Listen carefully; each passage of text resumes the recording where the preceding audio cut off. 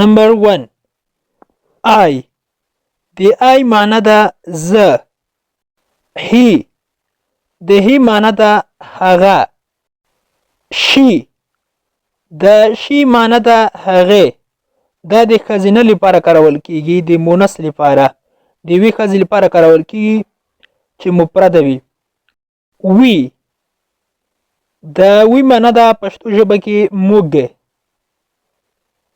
لکه موږ وایو چې موږ افغانان یو. بل پروناون دی یو. د یو معنی ده ته یا تاسو. کله چې موږ یو چاته اشاره کوو یو نفر ته یا یو څخه زیات وي نو بیا یو استعمالوو. دی د دې معنی ده دوی یا هغوی. For example